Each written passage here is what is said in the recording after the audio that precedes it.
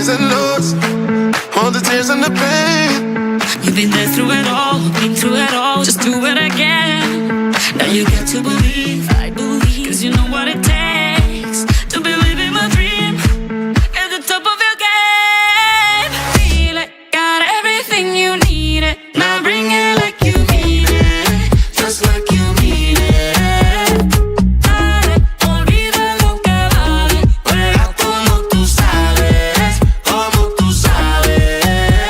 and it's just contagious, you know. And it never fails. No, no, No one's getting tired. I know. You got that fire. Hey, yo, dream a little higher. Let's go, let's go, let's go. Good evening and welcome to Global Kickoff here on WoezorTV. A while ago, we brought you the message by His Excellency John Dramani Mahama, wishing the Black Stars all the best. But we'll come to that later in an hour or so. But for now,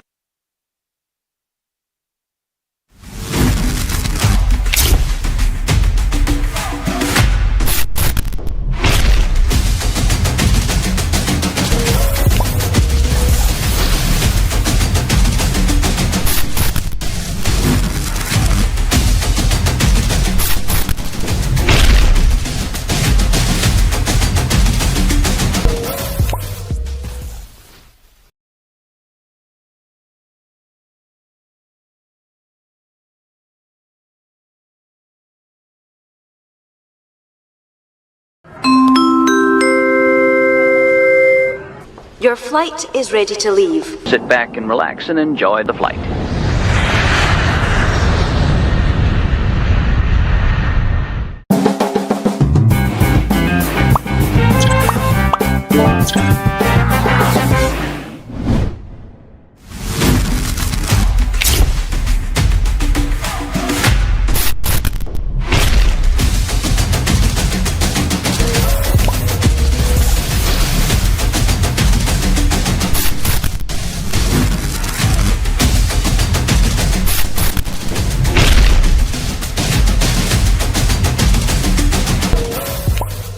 good evening and welcome to Global Kickoff here on WoezorTV. A while ago, brought you the message by His Excellency John Dramani Mahama, wishing the Black Stars all the best in their upcoming Group L open against Panama later tonight. We'll bring you that game here from our studios. But for now, let's review some of the games that were played yesterday. We'll bring you the game between Senegal and then France as well. So as we review the game between Argentina and also Algeria, and then wrap up the program by discussing Norway beating Iraq in that particular one as well. All this and more here on the Global Kickoff on WoezorTV. Welcome. My name is Samuel Apia and I'm in studio with two gentlemen, a gentleman and then a woman as well. I mean, more of like a gender balance tonight as well. But along the way, we'll also bring you our social media reactions, which is proudly sponsored by Woolaki World Cup Sika Pudwo promo. We are so much glad to have you as our sponsors when it comes to social media reactions from that emerged from the games that were played yesterday. So once again, welcome. Here's a Global Kickoff here on WoezorTV. Later on, we'll bring you the Black Stars discussion as we build up to that much anticipated game against Panama here from our studios. But let me quickly introduce the guys and we'll move straight into our discussion and review the games that were played yesterday before later on we'll bring you the Black Stars discussion here.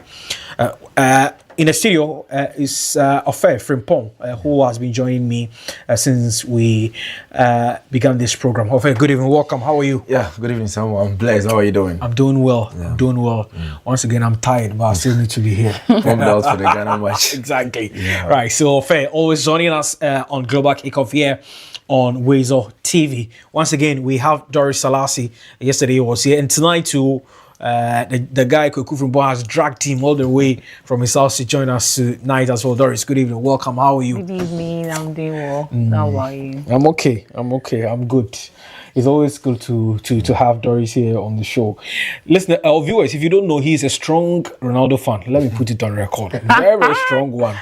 So I don't know how what is going through her mind after we all watched that game. I was busy, but she was comfortably watching that particular game. Oh. But we'll bring you that discussion tomorrow. But I just wanted to put it on record that Dory is a strong Ronaldo fan. No, R9, but R7. Yeah. Yes, that is the difference. CR7. CR7, yes. My greatest of all time. Okay. But have you heard what Ronaldo R9 has said today? Have you read the story? All right, guys. Once again, guys, welcome. Thank Right, you. let's begin the program by reviewing the game that was played between, France and then Senegal in that particular game yesterday. Yesterday on Global Kickoff, the guys touched on it briefly, and last night the game was played, and it was an incredible game, a game of two halves. The guys will help me to make sense of whatever happened in that particular game. Okay, let me begin with you. Yeah. I mean, first of all, your initial thoughts on that game. It was a great game between both sides, and I think Senegal showed too much respect and gave too much opportunities for France to capitalize on in there. But I'll start with Senegal. Right. They proved that they can compete with a tournament elite favorite, and they showed that against France yesterday. But look, I think Papi Thiaw set up his team in a way that, for me, in the first half, it really worked. Holding three midfielders, Lamine Camara, Papi Gay, and also Idrissa Gana Gay. So they had to make sure that France front four, Olise, Dembele, Kylian Mbappe, and Desidio were not going to have. They were not going to link up. That link up was not going to be there because it was. I think it was the first time playing in a huge tournament for the front four. Yeah. So they've played friendly matches that they've prepared for this game. But this is the World Cup, and I think pressure would be on them. And one thing I like about Papi Gay was that he made sure to intercept more balls. He controlled the game, and that helped Senegal in the first half. Because the moment you dominated the midfield, it became very, very difficult for France, especially in the attacking third for Dembele and Olise. So I like what they did in the first half. They controlled a bit of the game, but the problem for these African teams is that they don't convert the chances. Senegal had two clear chances that they needed to score, especially the Ismail Assar chance. Was a clear chance for him on the what left about side. Jackson's own? Jackson did well. He struck the post. I think he did so well with his left foot. That was his wake-up foot. Yeah. He did so well, and unfortunately, it didn't go in. I think if that goal had scored, I think it would tweak the tactics of Senegal coming in the second half. Right. But because it was a goalless draw, It could have changed the whole complexion of the game. yeah, if that goal has scored, because now what Senegal needs to do is to come and sit back a little bit, soak the pressure from France, and make it very difficult for them. Because one thing I like about Senegal is that their physicality and their shape, especially they have a compact defensive shape and their physicality on the ball and off the ball. But in the second half, Sadio Mane, we really didn't see the best of Sadio Mane, especially in the first half and the second half. He lasted up to, I think, the whole game. He didn't change Sadio Mane out of the game, and the likes of India were there. We see how hungry he is on the pitch. I was expecting that change. I didn't see that. Now, Senegal were too open in the second half, and that caused them. Because in the second half, when Lamine Camara went off, you could see that he was very tired. Exactly. And then Papi Gay, they lost their rhythm in the midfield. The moment they lost their rhythm, France took opportunity and buried them. I mean, Doris, you look at the numbers on your screen there, and first half, it was all Senegal. Yeah. I mean, France in the first half, they just had 3 touches in the, in Senegal's box before the break. And then, Mbappe clearly, had no impact in the first half. But how come in the second half, they changed everything and dominated Senegal? Because if something is working for you, you don't change it. If it's not broken, you don't fix it. Yeah. So, yes, the numbers says it all, but I would want to touch on the position in which Didier Deschamps deployed his upfront men, Doué, Olise, Dembele, and then Mbappe. We also, Olise starting from the wings. He was on the wings and it wasn't really helping him. So, and Dembele was playing the 10 role. And Dembele has never given us the best out of him in that position. Yeah. He's really good when he's playing as the striker. Or maybe sometimes starting from the right wings. But he started him as a number 10. And we all know what number 10 are supposed to do. Yeah. And the same first 45 minutes, Senegal was in the game very well with their two holding midfielders, as he said. Yeah. They were on form, and to the extent that Idiata was even also trying to overlap sometimes. If not fully overlap, join the midfielders to create chances. Yeah. And we saw it, and we saw how they were able to give some accurate passes to Nicolas Jackson for him to do that would works for us. But coming into the second half, I always say that going into game as a coach, you need to get a game plan. You need a plan that works for you it's a 90 minutes game. Right? So 90 minutes at least, every 15 to 30 minutes, you need to change your rhythm. You need to change your style of play. You mean the in-game management? Yes. And so DJ Deschamps did it when he came into the second 45 minutes. Yeah. He switched this guy Olise into the 10 role, Right. and we saw how impactful he was. We saw how impactful. When I'm saying this because Mbappe finds it difficult to always score in the 18 box, Right. but especially let me refer you to the first 45 minutes. Yeah. He was in the 18 box, and then he got a true pass, but he was unable to use his left leg to control it, so he missed it. And we know Mbappe is not really good when he's in the box. Yeah. He likes to go with the ball.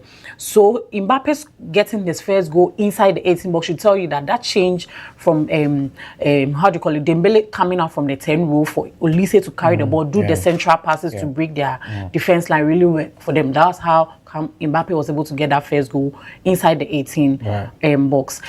And it worked for them the second time. It worked for France the second 45 minutes because he said it. Sadio Mane was tired.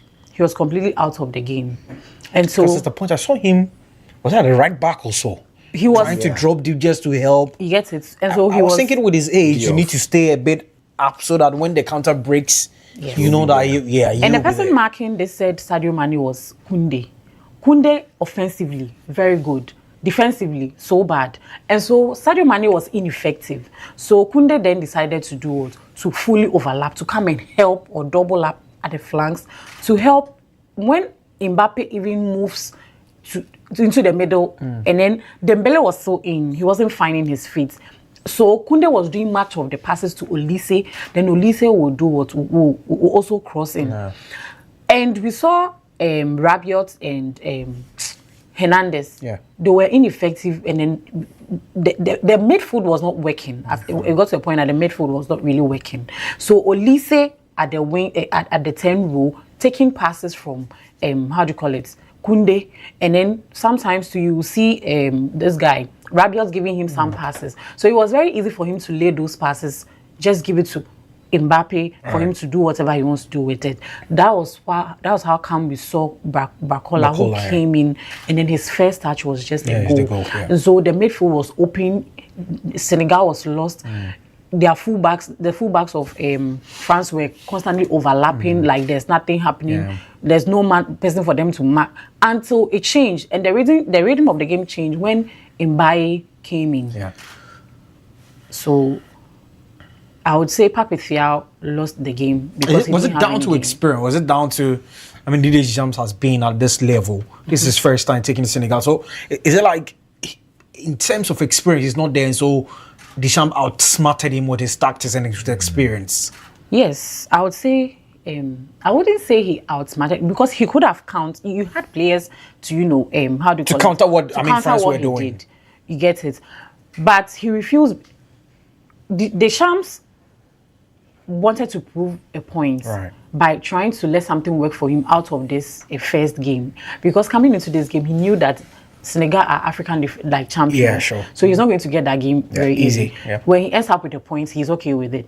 But then he also had another plan to try the players. That's how come he bent Jackie, because he knows Jackie can play the 10 role easily. Yeah. But he started Dembele there. And so he wanted to try things with this Senegal team. And it worked for him, which I wouldn't call it that Pape Thiaw was inexperienced. No. Okay. He someone for you to play a first 45 minutes dominating all your players running box to box. You cannot tell me it was not inexperience. He refused to continue with how he started the game. Yes. How disappointed were you with Dembele's performance in that number 10 role? Because he was never on effective. Yeah, and when he was occupying that role. yeah, and Deschamps, I think was doing a testing trial for Dembele. But you don't do that. Yeah, I mean, there's a tournament. You there's a need to tournament. always keep your best players, play them in that rightful position where you can where they can guarantee you the win. If you chop and change and try to fix things, it's come back at you. So what I was expecting from Deschamps' men in the first half was to, especially the movement of Olise and Dembele, they would have switched, but they didn't. So Deschamps, with his experience, saw that. See, second half, you guys need to play a fluid formation with freedom. Now, Olise, we could see Olise on the 10, so mostly he became the playmaker. Then also you're going to see him on the left side. Then Dembele came to his natural position, which is the right wing. One thing I like about Didier Deschamps, in the 2018 World Cup, he built teams based on how good his players are. On 2018, he built a team around Pogba and N'Golo Kante. Yeah, in that midfield. With Griezmann, and then at that time Mbappe was potential.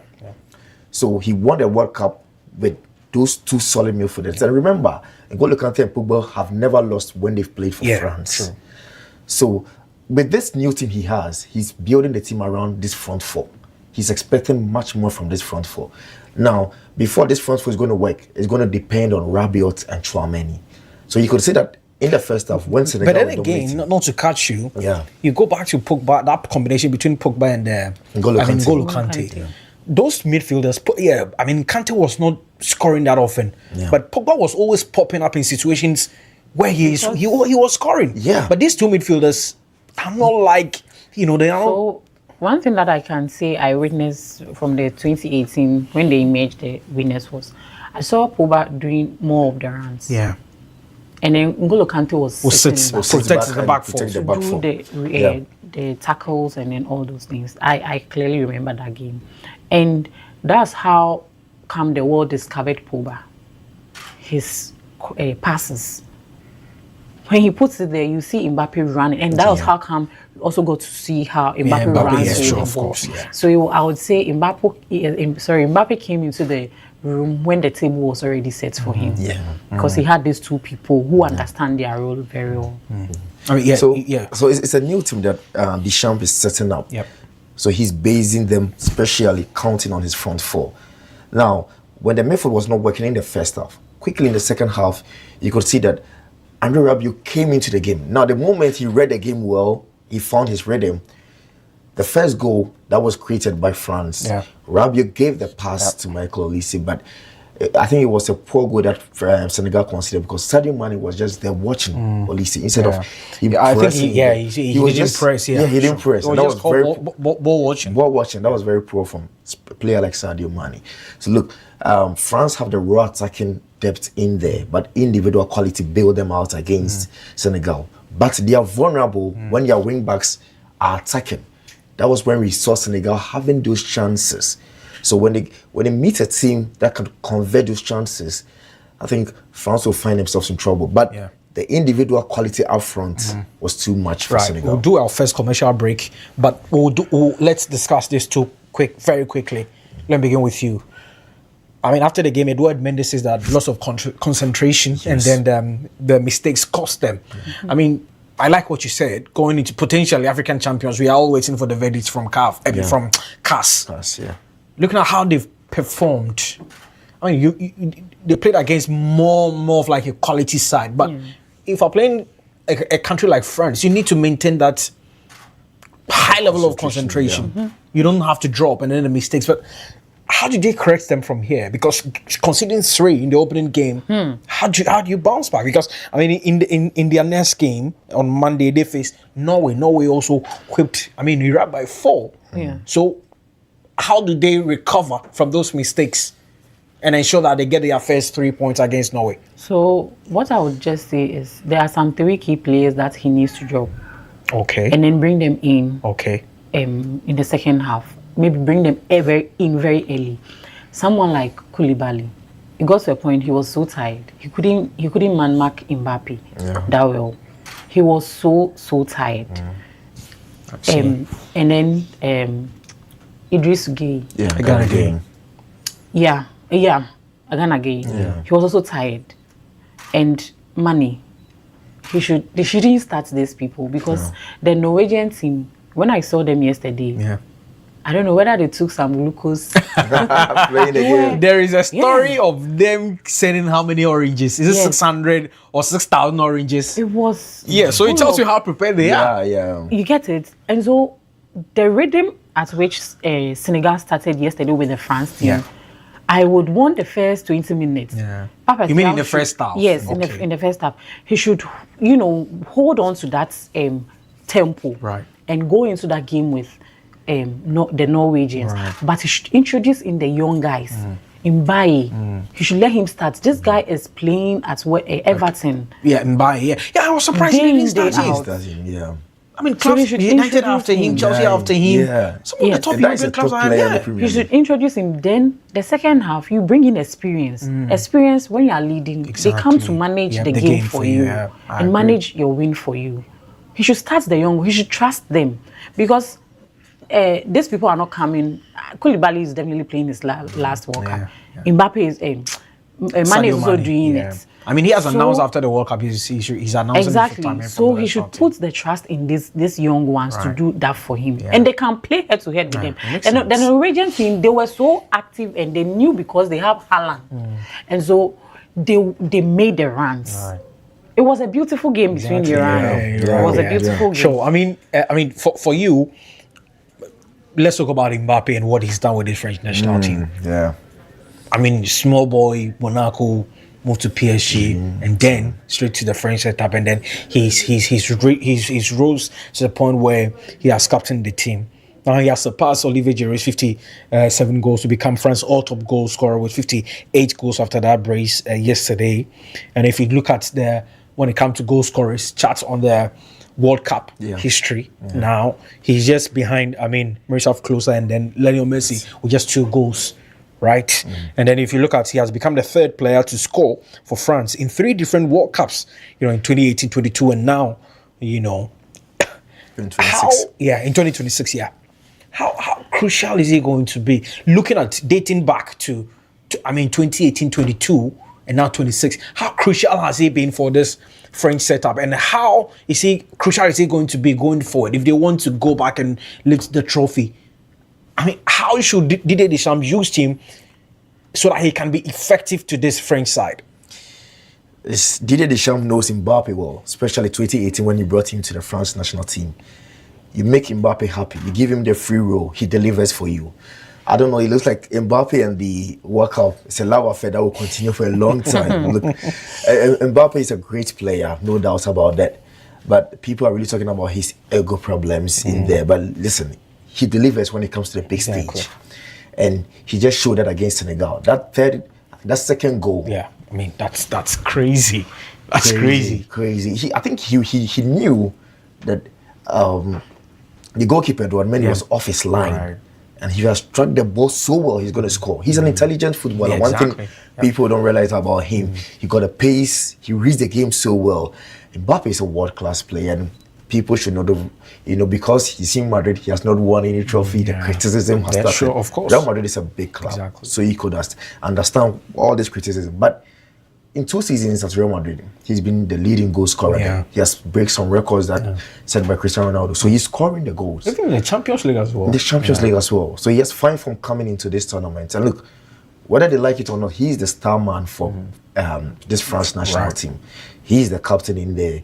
And he just delivered. I think when he scored that second goal, his celebration showed it all. Exactly. He wanted to tell them something. Hey, this is the World Cup. Yeah. This is my tournament. Yeah. I'm here for a reason. I am the captain for France for a reason.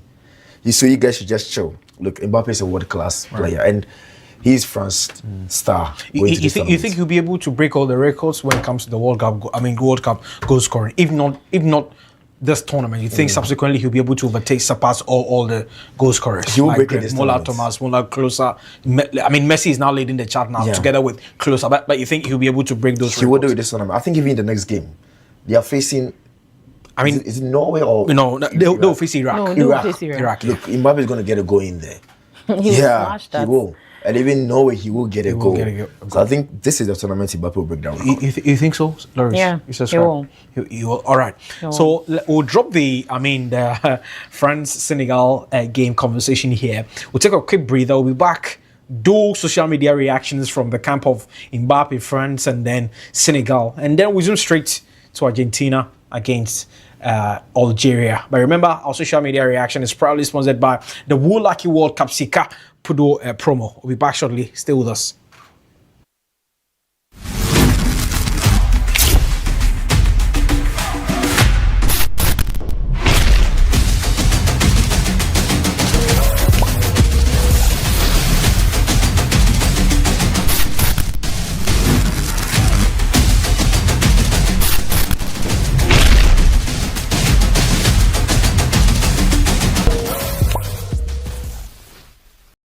Ghana for the second World Cup running, the only Africans left standing. What's getting a number of good ones? We could take close to 200 doctors. Oh, Pias and Nampi, challenge today, we jackpot day. We dare live. He's in the area. He's gone. Oh, it's the Lucky World Cup Sika Puduo promo. Every 11th June, Kosi 31st July 2026. Play and win your share of the 1 million Ghana City jackpot with a minimum stake of just 10 Ghana cities. 20 lucky customers go win their share of the 20,000 Ghana cities daily jackpot. Top 10 agents go chop bonus every weekend. Trying to Lucky app, Lucky website. Agent to an dial star 288 hash. Lucky World Cup Sika Puduo. Kitty one the tickets, yeah. Auntie, one man no chopo. Blow bia di opera mame. Nanye nazo na munye. Saga. Terms and conditions apply. Play responsibly. Not for persons under 18. Licensed and regulated by the NLA. Lucky. Play small, win big.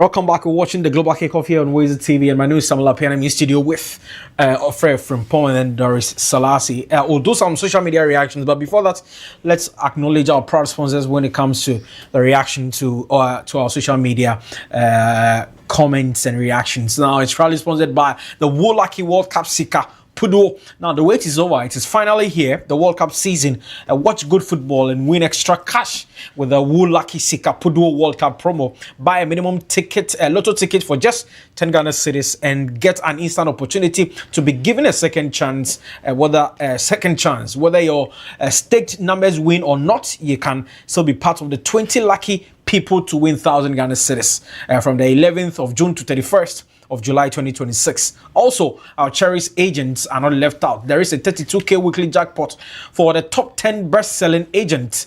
The winner selection will happen in our studios during our 8:30 live draws in our studios. Terms and conditions apply. Play your favorites Lucky 588 games via the short code *288 hash, or play from our website www.wolucky.com, or get closer to your agent in kiosk and stick and ensure your phone numbers are captured by the agents on your lotto ticket. Lucky World Cup Sika Puduo, one man, no chop. Thank you very much. Let's bring you some social media reactions from that particular game between France and then Senegal. We'll do some reactions shortly, and then we zoom straight to our next subject. Okay, this one says that Senegal players would have walked off the pitch if the referee awarded memories. Penalty, yeah. Well, I think when the VAR kept on replaying, I didn't get it because this is not a penalty. I was talking with the Selassie. Yeah. All right, this one says that the referee has been absolutely terrible.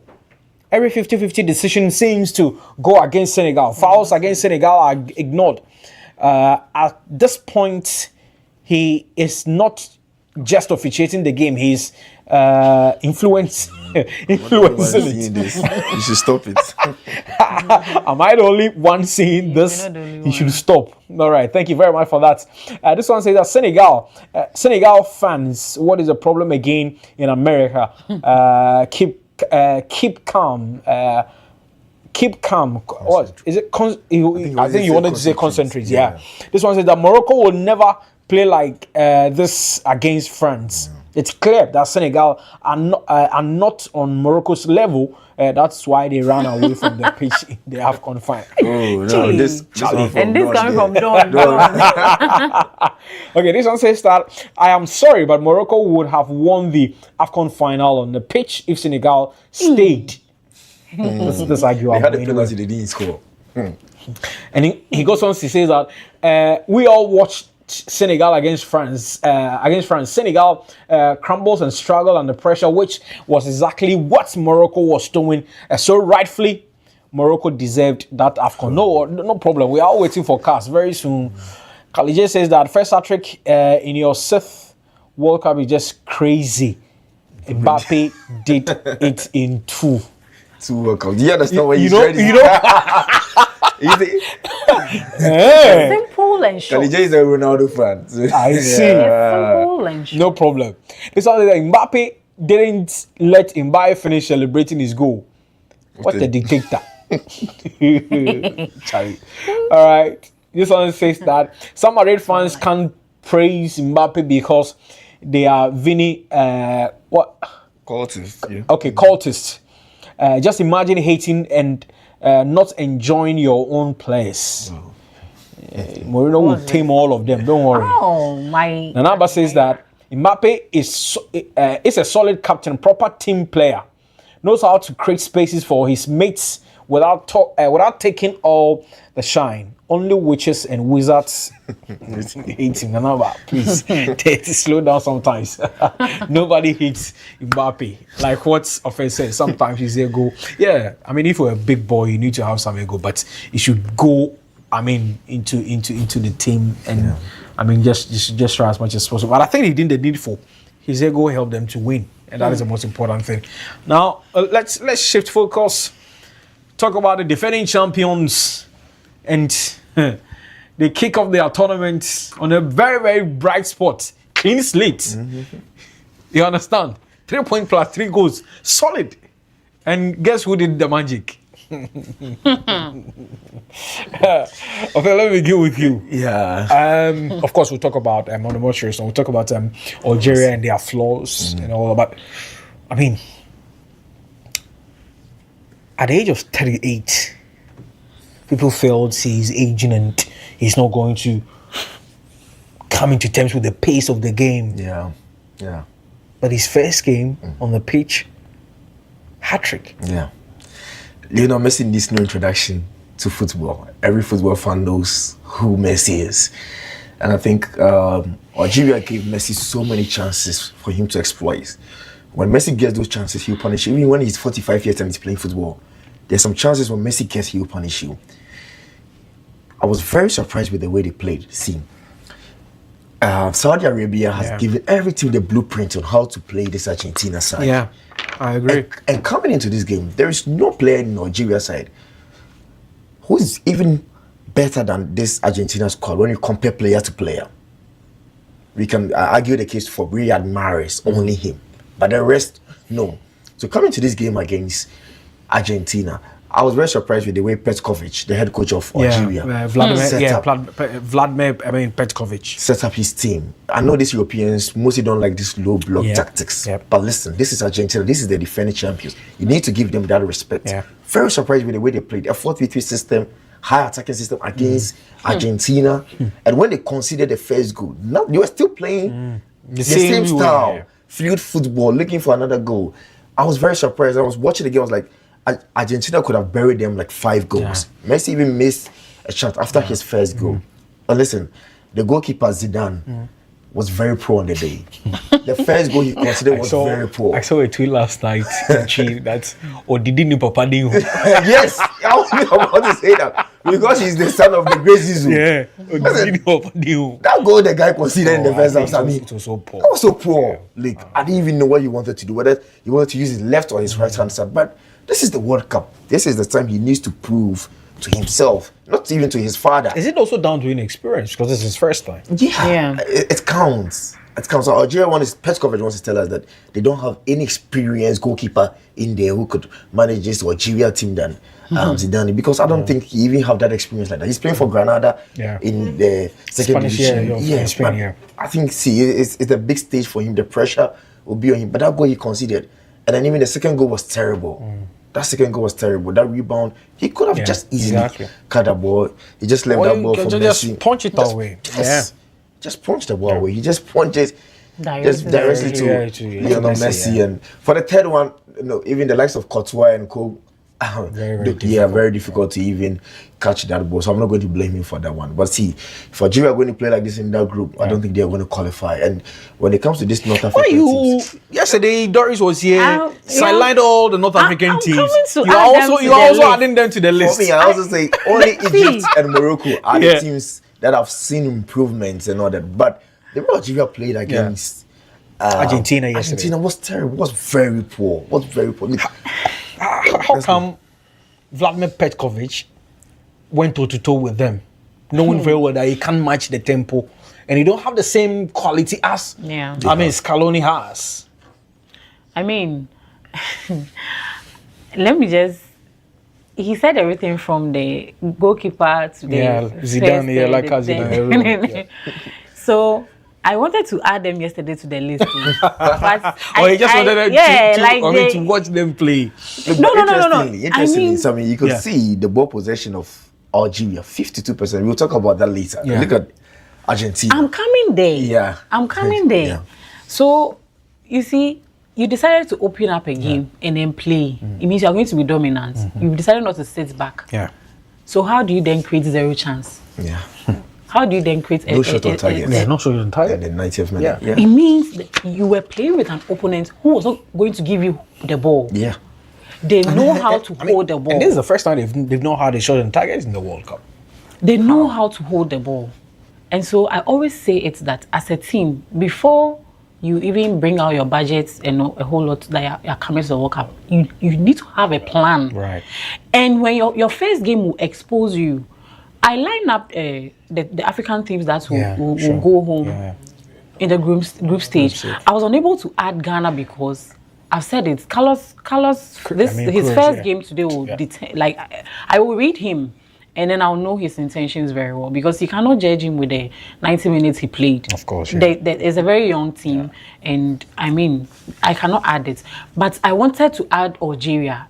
It was I didn't really have them in mind. But Algeria is going to be part. And it will repeat itself. They've been going home always from the group stage. This is their fifth or sixth World Cup. It's fifth. Fifth. Yeah. And all of them group stage. So then I come and ask myself that what is happening with Ghana? You come into a game and then you decide to, play a 4-3-3 formation with an Argentina who is also playing a 4-3-3 formation, who have two great midfielders, Enzo, McAllister, his wingers. And even DePaul. DePaul as well. So it means he's telling you that he has a Messi who will make runs. Messi can even decide to even track back and come and pick from the center space and drift in and score you. But here lies the case. They had a plan to drift the whole thing about Messi because they know they were going into a match where Mbappe had surpassed Messi in terms of the goal scorers in the World Cup. And so they were going to do everything to, put Messi out there yesterday. And we all saw it in the first minute that they had that offside. We saw how Messi was hungry. Like for some time now, I've seen Messi trying to, prove a point in the first opening game in the World Cup. 20 years, man is still hungry and dominating in the world of football, and you go up to open up space. In fact, a first to a defending, let me even say it was a diagonal, or it wasn't a diagonal. The second goal where we saw Rodrigo de Paul give him that true pass that break the defense line. It was a two defending shield line from the and the ball went through. I mean, it went through the first and then the second defense. I was like, what's going on? The most annoying part was the fullback of the Algerian side, who was on the left side. Was it saying he didn't read the positioning of Messi and the CVs? If I don't know anything about defenders, I know that they are supposed to read the positioning, the movement of a winger or a striker. It's part of their duty to do that as a defender. You should know the next move of a winger or a striker. You get what I'm saying? So what happened? He was just standing there in a space of like an island that has been created for Messi, for him to just take the ball, turn and then shoot. It was so bad from the North African side. And I'm saying it again. Algeria, Tunisia, I don't even think they should even make their way into the World Cup again. And other people should find their way into the World Cup. Yeah. But I mean, is it surprising because Argentina in their last 7 games against, African opposition, they've won all of them, with the exception in 1990 when they lost to 9 men against Cameroon. So you don't get Italian 1990. Yeah. You don't get it. Yeah. And I'm yet to do my checks very well on Tunisia and Algeria. I'll do that very well, and then I would want to talk about it. I want to find out when they are coming to the World Cup, the European coaches, how impactful have they been with these North American teams? Well, because it looks like when they come, they don't have that African way of approaching games. Yes, because they normally do well when they come into the AFCON tournaments. So what happens? No, the AFCON is within their territory. They understand how the AFCON is being played. So what happens? They understand all the machinations and all these things. Or they are kind of exposed, or they have this mindset that, okay, it's a World Cup. We have European teams coming, so let's go for an European coach. Yeah, definitely. And it's not helping them. Ghana, Ghana did it. It worked so. Yeah. Oh. So, Africa. I think it's now that we are trying to bring in our own. Yeah. Oh yeah. We Milovan and all those things. So I think probably that would be the mindset behind those decision making. I think so. I'll do that checks very well. Yeah. I will. But let's talk about the man. Yeah. Right. And he's breaking all the records and everything. Yeah. And whether Scaloni will be able to still keep him up there, like what he did in 2022. Like, I told you initially, now leading the highest goal scorers when it comes to the history of the football, alongside Miroslav Klose with 16 goals.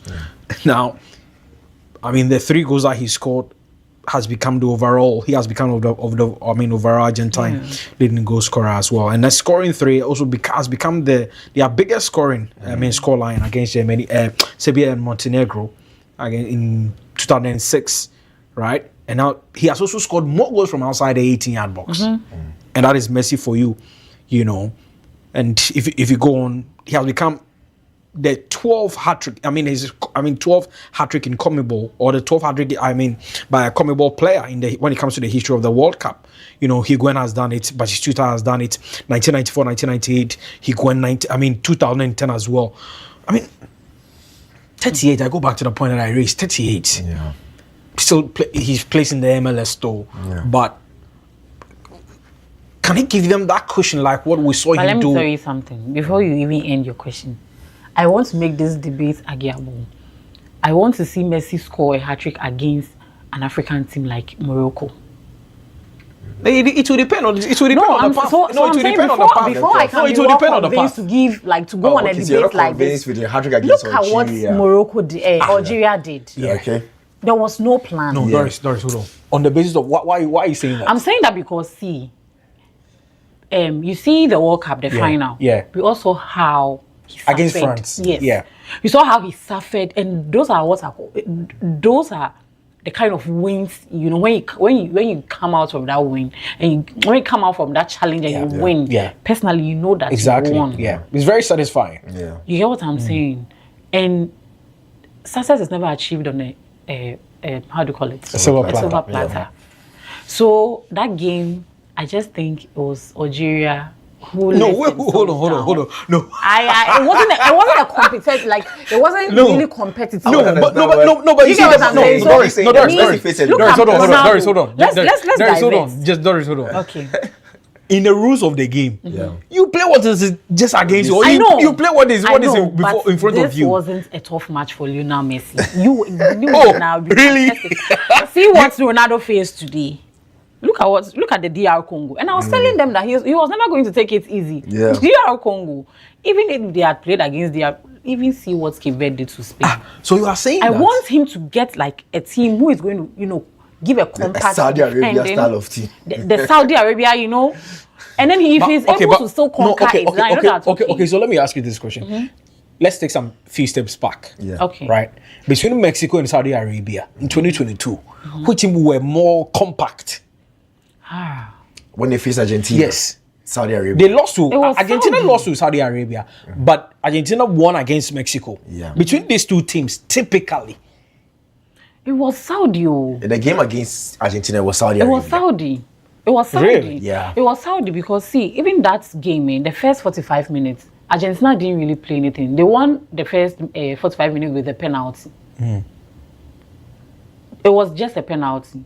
So, and the coach, as I said, coach, your formation, your decisions, it counts on the field of play. True. And so when they came back, and then Javi Reina, yeah, sure. after talking to the players, putting them in that fighting spirit, deploying the players well in their positions was what helped, and the Argentina team were unable to counter them.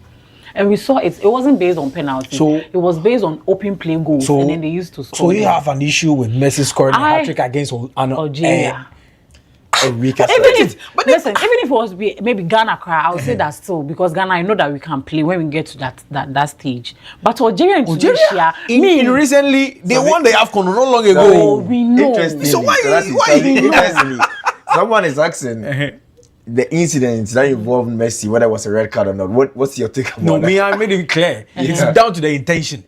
Okay, so that's my stand. You can Why argue. are you both saying intention? When did the intention start counting in red card? But don't you know? Sometimes the referee can use your own discretion. There, It was a red card. The referee didn't want to spoil the game. Okay, if fine, No, but you see- intention. no, but you see- Okay, if yeah, please intention, go on, it please means it go was on. a soft thing. What happens to yellow card? What happens to yellow card? he didn't even deserve a yellow.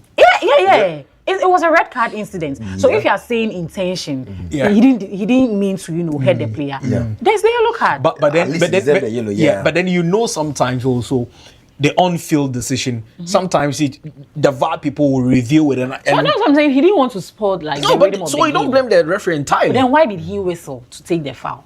Oh yeah, but it's a foul. You people.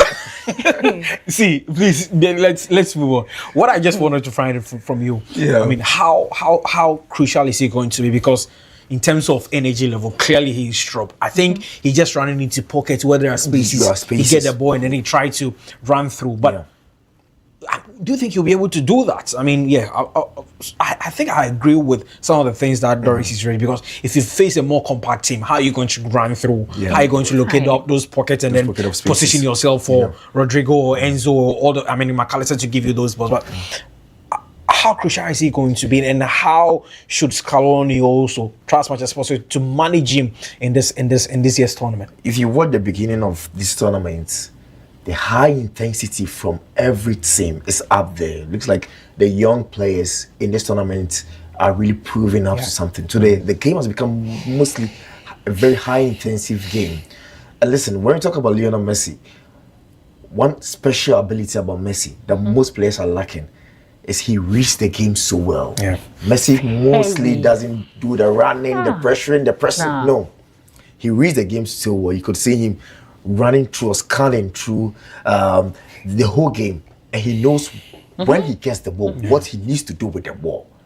So Scaloni will really depend on Messi, because they know Messi, the game against Algeria, you just see him jogging around. He's just scanning. As he said, watching and looking for where the pocket of spaces is, and that is where Messi operates. That is where he does his magic. And we saw what he did against Algeria. But when he faced a team that is so more compact, we saw his frustration against Saudi Arabia. They were just frustrating him. And if he comes against, the way DR Congo played against Portugal, it was against Argentina, you're going to see the frustration from them. But one thing I like about this Argentina team, one thing that Lionel Scaloni has proved is that they don't really like to hold possession of the game. Argentina is not direct. They are not concerned about that. What they want is the moment they get the ball, what to do with the ball, the quick transition attack. The playmaker is in there. They have the greatest player, arguably, of all time in there. Then when Messi gets the ball, we know Messi is not selfish. He's come through. He looks for the runs of Lazaro Martinez, Julian Alvarez, Di Maria, and Co. You saw that how they did that in 2022. and now they are going to do that now. So Messi is crucial, and I think he's going to be the main man for them. But the question is Lionel Messi hungry enough for this World Cup? Right. After the game against Algeria, he said something. He said, God has blessed me so much with everything. Sure. So he's not going to give in everything as we saw in 2022. But once he's playing, then he'll still be eyeing for that. I don't think. I don't back-to-back think World Cup. He's just trying to bring the World Cup and then retire. That's all. He has nothing to do with defending the Nothing World Cup. to show again. Oh, so you think if they go all the way to the final, he wouldn't They are be? not taking it. They are not. No. Messi is not taking the World Cup twice. Never. Why? It will never happen. Why? Even God will have Messi or not. It will never happen. Oh, but why? Why? No. What if according to God's plan, that is I've seen God already. Oh, really? That's And who is going to win? Ronaldo, Portugal. Really? Yeah. Look into your camera again. Portugal will win. Yes, I mean, I had 3 teams, but when they started, I'm not really convinced.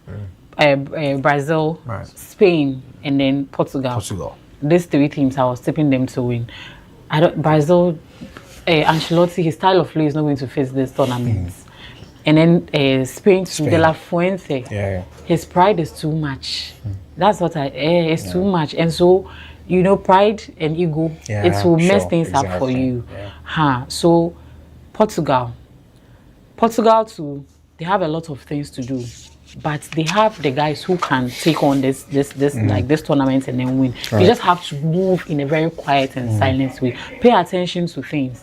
The key things that are happening, the key things that are happening in the tournament. That is respecting the African teams. Right. Don't write them off, because if you write them off, it wasn't what Congo has done to them. Sure. So they can win it. They can. They have a very good, strong bench. A very quick, discussion on Algeria and what, they have to go into their next game. And I'll just ask. Just a diabolic question, and we can move on to the other. What should they do? Because in their next game they come up against Jordan, I'll just give them the benefits of the doubt to approach Jordan for me to see.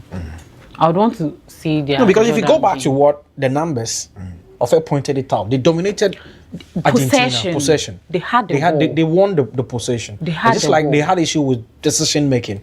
So that is what ball. Argentina were more superior. So they had the ball, and they were playing with someone who knows how to make good use of the ball, by being direct. Right.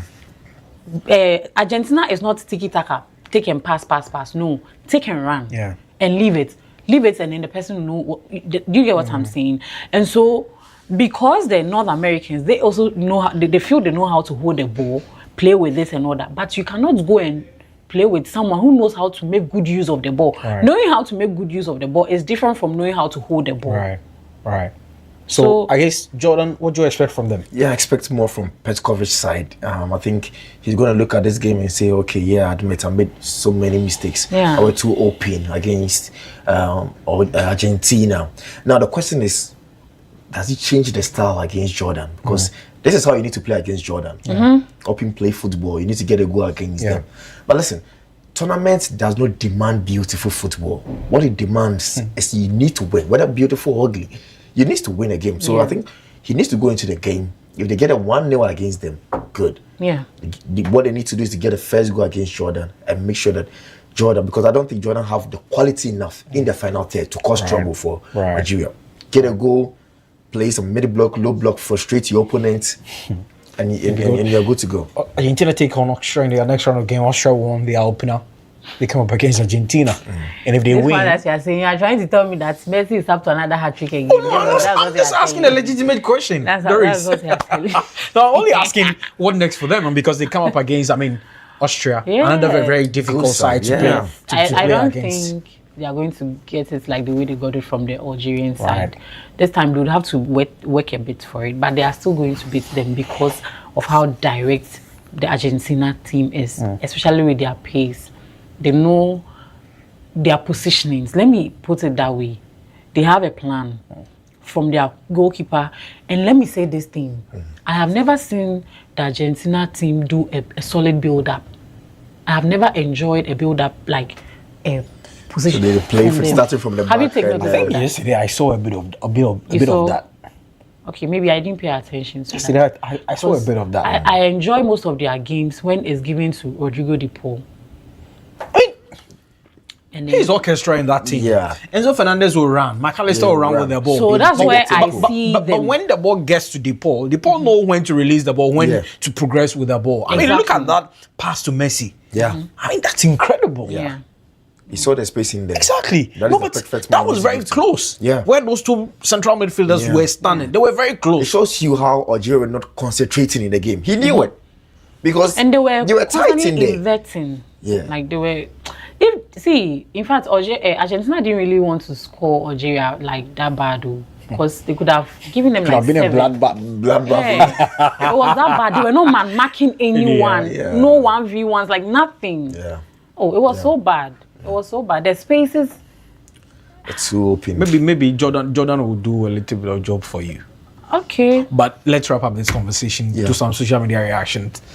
Ronaldo said, if I say Ronaldo, Brazil legend, the World Cup winner. Yeah. He says that it's about time that we conclude that, listen, we've seen Pele, we've seen Rivaldo, we've seen Batistuta, we've seen, I mean, the Italian legends, we've seen Lineker, we've seen a lot of them, Maradona, and those guys. But yesterday, after that performance, Ronaldo to ESPN and Club says that, listen, it's about time we admit that nobody come close to Messi. Listen, I think personally, R9, he's a Messi fan. Yeah. He has always, when he talks about Messi, he shows his admiration for him. Listen, I'm a Ronaldo fan, but I like Messi so much. When I'm watching Lionel Messi, I'm like, wow. Arguably, you can't just say bad things unless you don't like him personally on the personal level.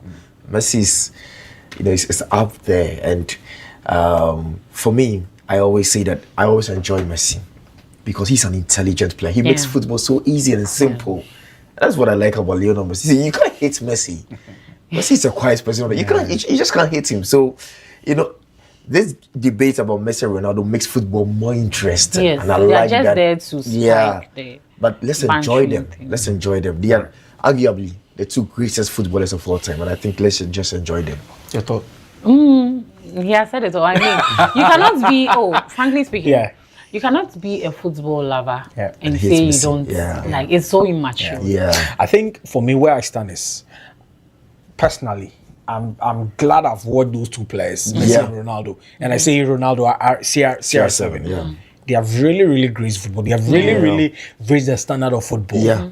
I mean, playing in the Champions League, playing in the Copa del Rey finals, the Clasico. I mean, that is why when those two guys were in that frame, I mean, Barcelona and Real Madrid, I mean, it was crazy. It was always fireworks when Barcelona and Real Madrid meets. I mean, Messi, definitely, like what Doris said, he's going to hang his boots after this World Cup, same as Ronaldo. And for us, I think it's we are blessed to have watched them. Our fathers, mothers, senior brothers talk about the Maradonas and the Peles, but this is our time. Anyway, let's bring you some social media reaction from that particular game. And this one says that FIFA World Cup had tricks. And the teams they were scored against, Ronaldo, Spain, Mbappe, behave yourself. Messi, Algeria, it doesn't matter. Hat-trick is That was just about answering Mbappe, Argentina. Ronaldo, Spain. Messi, I'm saying Algeria. that when you're coming to approach me with the hat-trick, argument, don't come with Algeria. Yeah. But Doris, it still doesn't change the fact that the guy has scored. It changes. How? It changes. That's Argentina Ask them and if Spain. they Someone enjoy is that scoring. hat-trick. If the Messi fans enjoy that hat-trick, seeing those goals. all right. Thank you very much. Let's move on and bring you some more reactions from that particular game. We'll get you some more reactions. This one says that, bro, we have seen Ronaldo scored a World Cup hat-trick against Spain in a game where Portugal went down 3 separate times. Now, I am supposed to be moved. Now, no. I think he wanted to. Am I supposed to be moved by the hat-trick versus Algeria in one-sided game? Yeah. And don't get me started Lionel Messi should have been sent off. That was Fugazi what hat-trick. Let's move on. This one says that make Algeria self-collect. Now Nigeria know waiting we don't see for Messi hand. As their name end with Ria, Messi say the same thing. Anyway, I'm not getting the input from this one. This one says that accept Messi is the GOAT for scoring a hat-trick against Algeria. Did you accept Ronaldo was the GOAT when he scored the hat-trick against Spain? Clowns. Charlie.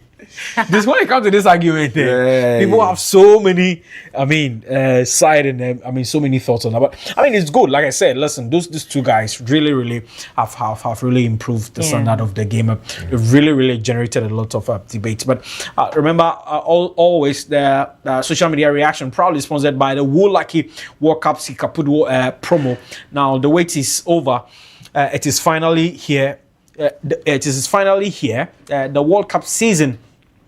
Now, watch good football and win extra cash with the Lucky Sikapudu World Cup promo. Buy a minimum lotto ticket for just 10 Ghana cedis and get an opportunity to be given the second chance. Whether your staked numbers win or not, you can be part of the 20 lucky people to win 1,000 Ghana cedis each from the 11th of June to the 1st of July 2026. Also, our cherished agents are not left out. There is a 32K weekly jackpot for the top 10 selling agents. Now, the winner selection will happen in our studios during our 8:30 live draws. Terms and conditions apply. Play your favorite Lucky 588 games via the short code *288# or play from our website www.woolucky.com or get closer to your agents in the kiosk and stake and ensure your phone numbers are captured by the agent on your lotto tickets. Lucky World Cup Sikapudu, one man, no chop. Thank you very much for being our proud sponsors. But remember, right after this session, we zoom straight and we'll do the build up to the Ghana v Panama game. But there is a predict and win segment that is currently happening here. It will be on your screens. Share your thought with us. Share your predictions with us. Whether you think Ghana will win or Panama will win. And there is a big surprise for you, a big giveaway if you're able to give us a right scoreline here. So that's our WhatsApp line. Just send your correct score to that. And after the game, you'll hear from us. So it's a predict and win here on WoezorTV. We'll build up to that particular game very, very shortly. But we're almost on the verge of wrapping up our show here. But we cannot go.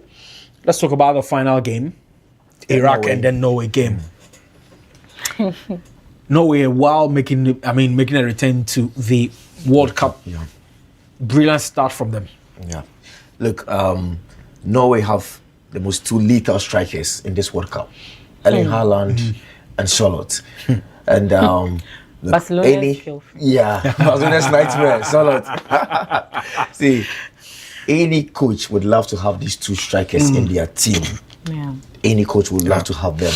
And I think what Norway needs to do, and also you have Martin Odegaard, a playmaker in there. So it makes it very easy for Haaland and Charlotte. And then we saw that performance against Iraq. See, if Haaland gets 5 chances, he's bearing at least 4 or 3. Sure. That is the type of striker he is. That is the type of striker Norway have. So Norway have this kind of motivation and optimistic in this tournament that they can go for at least the quarter of the semis because of the players they have in there.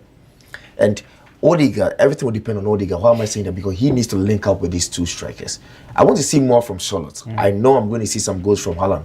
Haaland have started his first World Cup and he has shown his quality already. I want to see more from Charlotte, the Barcelona nightmare. Charlotte is very good. I like his area dominance, but I want to see more from him. Sometimes he's a very quiet type of striker. Surprised me his physicality and how sometimes he's very shy. But look, he's a very, very, very good striker. And the partnership with him and Haaland, if that link-up play is in there, it will cause every team a problem. Because look, Haaland will bury 4 chances out of 5. Yeah. Iraq have failed to win any of their games at the World Cup. How poor can you be? We've discussed the African contingent and how disappointing, especially the North African side. What about the Asians? Yeah. What about the Asian side? Because you can't continuously be at the World Cup and not. I mean, I keep asking myself. No way I'm making a return to the World Cup for the first time since 28 years. Yeah. But Iraq has been consistently been there. Yesterday when I was watching the game, immediately they equalized the Haaland goal. I was like, this time around it's going to be a different story. But it all went down into their central backs. Their back line was so weak and they were out of concentration. Why am I saying this? You have a player like Haaland that you are supposed to man mark. Haaland, we know, is very, very good. When the ball gets into the 18, it's either a head or a tapping. Take him outside the 18-yard box and then he begins to struggle. So you'd have a player like I don't know whether if they were torn between Haaland and then Solos, because these two strikers are very dangerous. They can punish you at any given time. But then the main focus should have been on Haaland because he is constantly going to be in the 18. Solos somehow can find his way and then come and take some of the passes that Odegaard would want to. And Ryerson, who was constantly overlapping to come and join the 4-back. It was an open game from the very first 20 minutes.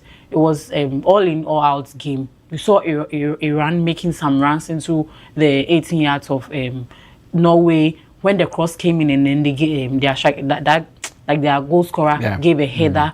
So I felt, okay, since it's going to be an open game, both sides are going to dominate. Right. But I became so surprised when Odegaard, definitely his experience and an impact took hold of the midfield and they held most of the ball. But somehow too, they could have also scored more than the 4 goals that they scored. Yeah. But then you lose some and then you score some. So I was a bit disappointed in the Iraq team once again that they didn't have a defensive line that could, stress the strikers of the Norwegians. Because these two people are deadly at any given time. So we expected the goals to come, but then they were very poor on the day. I mean, you look at some of the players in their fold, yourself and then Doris have touched on them. How far do you expect them to go? Iraq? Yeah. No, I mean Norway. No, I think I want to see Norway at least. Because it looks like they are in this tournament with a bit of quality, unlike previously. But looking at how they open their tournaments, scoring for fun. How far do you expect them to go? Of course, we'll discuss Haaland and what he offers. I mean, this team. But how far do you expect them to go? In a big tournament like this, I think round of 16. Want to see them on that stage. Want to see how they will perform. Because that is where the pressure becomes more on But I don't see them making it out. You don't see them making it out of the group? Wow, interesting. Wow. Who, Norway? Yeah. Oh, no. As for them, they but I'm talking about Iraq.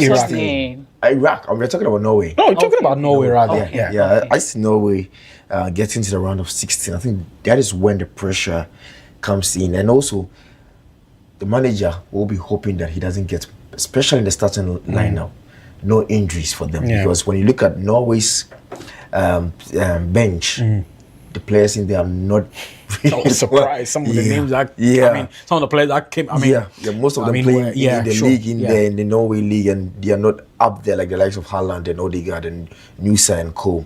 I think the back line in there, there are a little bit of problem in there, but I think the manager needs to fix that going forward. Because look, Norway have the 2 lethal strikers in this World Cup. Sure, they could cause a threat for any team. One thing that I would want to say about that said group is looking at. I don't really know how the Norway is playing which country. Okay, so I think in their next group game, I think Iraq will play against France, and then so Senegal. Yeah, Senegal. So that's the reason why I was a bit doubtful if they can. But then, fine, the 3rd place qualification. If they should find themselves in that position to qualify, would you be surprised? Would you be surprised if they finish above Senegal? If Norway finish above them, I don't see that happening. But then, if I should see that, you convince Senegal will finish above. I mean Norway. They have to. If it should happen, so it means Senegal will have to beat them. Yeah, definitely. Senegal can beat them. They can beat Norway. Is it there anytime? You convinced about so that? that's what I'm saying, that if Senegal is unable to beat Norway, they have then we can call them frosters in Africa. Right. Wow. We can boldly tell them like they are frosters. It means they should just stick to the African, terrain. They will know that okay, local champions take it. Like what our Nigerian brothers are doing. Sure. They have no business with World Cup. World Cup, So if how will Norway beat with Senegal? You spoke about the lethal attackers as well. So I'm saying, he should introduce the young boys, and the young boys you have are definitely going to triumphant over this Norwegian team too, because these people. See, you have Diatta. Yeah. Who can, overlap fully to give you an assist. Don't start money. Bring him in. You have people who can calm your wings down for you. You have that's what I'm saying, go in with a plan. Have a plan.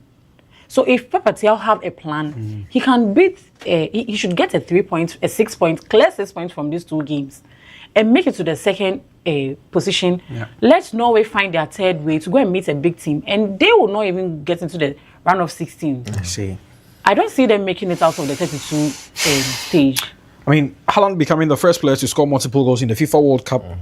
He scored both. Norway's first half goals and led first half in FIFA World Cups for the first time. All right, and then the final bit has to do with that. He scored in each of the last 11 consecutive games for Norway, including multiple goals in each of the last 5. He scored at least 1 goal in the last 17 of his last 20 competitive appearances for Norway. It just it tells you how he just scores for fun. Yeah, how long has he played? In the first time playing in the World Cup, I was not much surprised he's scoring his first goal at the World Cup, but how influential is he going to be for them if they have any chance to go? You have predicted that you expect them to go in the round of 16 or 32, but if they are going to do that, how influential is he going to be for this side? I think Haaland has been praying for this opportunity to play in the World Cup. Look, we've seen how good he has been when it comes to the club side, but at the international level, we really haven't seen him because of Norway. We know Norway are not up there with the European giants. Yeah, sure. So even in the Euros, they're even struggling sometimes to even qualify in there. So then Haaland would need to prove something, especially when he wants to be counted as one of the greatest players of all time, when his career is about to end. So he's going to look at the international level and say, hey, I need to prove something for my national team, and this is the opportunity for him. Look, when Norway gets to the quarterfinal, I think it will be a success for them. Right. Because 28 years now they've qualified for the World Cup, and then they come back with the likes of Haaland and Co, and they get to the quarterfinal. That is a huge boost for them, especially for Haaland. But see, he's going to carry this Norway team on his shoulders. Haaland is a big character. Yeah, sure. He has this big ego in him, though he's not like the likes of Mbappe. But look, listen, when the chances comes in there, he's going to convert them. I think that is going to be a problem for the other teams, especially for Senegal. I'm very worried about them because when I look at the game that France had, Olise and Mbappe had some 2 clear chances that they missed them before he even scored a goal. Look, when it's Haaland, he's going to bury them. So that's what I'm saying. You should start the young boys who would also run with the ball. You allow your opponent to get much of you when you allow them to have when they have the ball. Yeah, sure. That's when they try to punish you. But even if it's going to be a 50-50 thing, it means both of you would try. And the one who becomes more clinical is going to, fine. And going into that game, I know he's going to start Koulibaly because of a Haaland, because the experience is and also there. with experience as well. Yes, so for that one, I can. If Mamadou Sarr of Chelsea start, I don't think he can cope with the pressure. Yes. And the tempo that Mbappe comes with. Haaland comes with. Yeah. So in that game, when he's starting Koulibaly, I don't have any problem with that because Haaland is not going to make any runs like that. He would not come outside the 18 box most of the time for you to make that runs like Mbappe did. So he's not going to get tired. Fatigue is not going to catch up with him that easily. So he can start him in that game. Sadio Mane, I am saying he shouldn't start him in that game. Yesterday, I went to watch the highlights and then I watched the heat map and I got to know that my colleague, Nana, he was saying that Sadio Mane, but as I watched the heat map, how he was running and then the time, the early stage of 60 minutes, he was tired. He was tired. I was like, no, okay, so that's why he was, you know, bringing the team back. So he should, if they don't win against Norway, it's over. Yeah. I will make a special video for them on my platform. Well, how far do you expect? I mean, Haaland to go with this? How influential do you expect him to be? I've said it. He has more to offer, but not this tournament. Not this tournament. The best they can go is 32. Okay. Yeah. You said round of what? 32 or 16? Round of 16. 16. Yeah. Okay, so Doris believed round of 32, Ofe believes round of 16. Okay. It's an interesting conversation. We're almost at the verge of wrapping up of our conversation, but let's take a quick spin. And then we'll be back. We'll do some social media reaction from that particular game, and then we'll call it a show. And then we can start our proper build-up to the Ghana-Panama game. Please stay with us.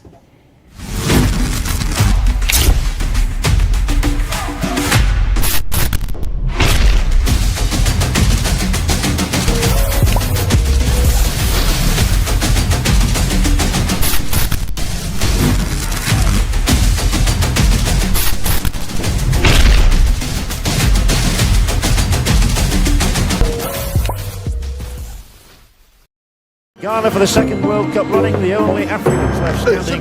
What's getting a number of good ones? We could take close to 200 doctors. Oh, Bias and Nampi, challenge today, we jackpot day. We dare life. He's in the area. He scored! Oh,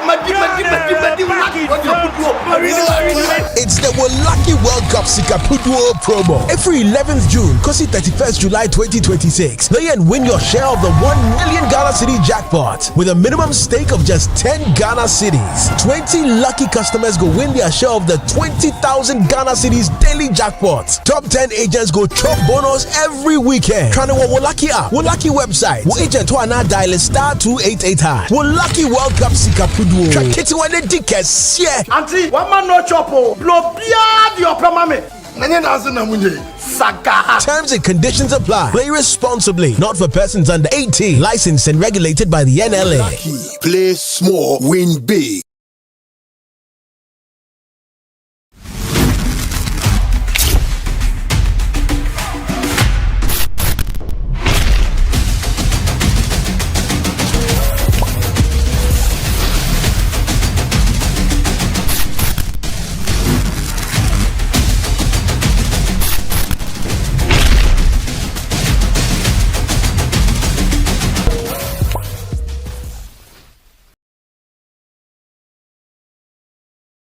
Kicking here on WoezorTV, and I'm in the studio with Doris Salasi and then Ofe Frimpong. We're almost at the verge of concluding our program here, and then we can zoom straight and do a build-up of the Ghana game against against Panama. But remember, there is a predicted win that is currently ongoing, so you can join us with your correct score, and then when it happens to be you, we have a big surprise for you as well. Let's do some social media reaction from that particular game, and so that's our WhatsApp number. Do share your predictions with us, and then when it is right, we'll be able to reach out to you to bring you your big surprise. Now let's bring you some social media reaction from that particular game between Norway and then Iraq. Remember, the social media reaction is proudly sponsored by the Lucky World Cup Sikapuduo promo. Okay, this one says that Haaland is so cold, man. Took Norway to the World Cup and scored a brace on his debut. Yes, that's what big players they do on the big stage. Okay, Maturin is realizing that what Haaland is doing with Norway is bigger than what Mbappe is doing with France. How? Hey, Charlie. Maybe he's looking at the players that Haaland is playing with. I'll go and follow that particular guy and reply him. Okay, this one says that Norway fans have been the best in the world so far. No one come close. Maybe England will surprise us soon. Okay, thank you very much for that comment. Let's pick some few comments and then we can wrap up the program. Let's okay. I believe that's all from that particular game. But thank you very much to Woolaki for being our proud sponsors for this particular segment, and they are saying that the wait is over. It is finally here. The World Cup season. Watch good football and win extra cash with the Woolaki Sikapudo World Cup promo. Buy a minimum lotto ticket for just 10 Ghana cedis and get an opportunity to be given a second chance. Whether your staked numbers win or not, you can win. You can be part of the 20 lucky people to win 1,000 Ghana cedis each from the 11th of June to the 1st of July 2026. Also, our cherished agents are not left out. There is a 32k weekly jackpot for the top 10 selling agents. Now, the winner selection will happen in our studios during our 8:30 live draws. Terms and conditions apply. Play your favorites Woolaki 588 games via the short code *288# or play from our website www.woolaki.com or get closer to your agents in the kiosk and stake and ensure your phone numbers are captured by the agent on your lotto tickets. Woolaki World Cup Sikapudo, one man no chop. At this point, I want to say thank you to Doris. Thank you, Doris. Thank you very much. No problem. Is it to a Ronaldo fan? Oh no! Not to a Ronaldo fan. I have a sister, a friend. Like she's like a friend, right. but she's like a sister too. She's watching me, Dominica. Yeah. Thank you very much for supporting. And they should always watch WoezorTV. Yeah, we always get proud when our friends think. I also need to do a shout out quickly. Yeah, sure. Shout out to my mom and shout out to my family. I love you guys so much. Always supporting me and watching me on WoezorTV. Keep watching the program always. This one is from one of my friends, my old friends. He says that he's Philip. Philip is saying that Ghana will lose by 2-1. Philip, wherever you are, be careful. In your brain, your studio. Anyway, this is where we end the global kickoff segment for today. Remember, we'll be back on your screen at 2:30 p.m. to review the Ghana game, the Portugal game, and the England v Croatia game. Currently, England are leading Croatia by 3-2. The game between Portugal and the DR Congo ended 1-1. We'll bring you all the details that you need to know with regards to that particular game tomorrow. Right about now, we'll take a quick breather. We'll be back, and then we zoom straight to the build-up for the game between Ghana and then Panama. But we'll begin the segment by allowing you to call and share your thoughts with us and also give us our prediction. So our phone lines will be activated right after this commercial break. Stay with us.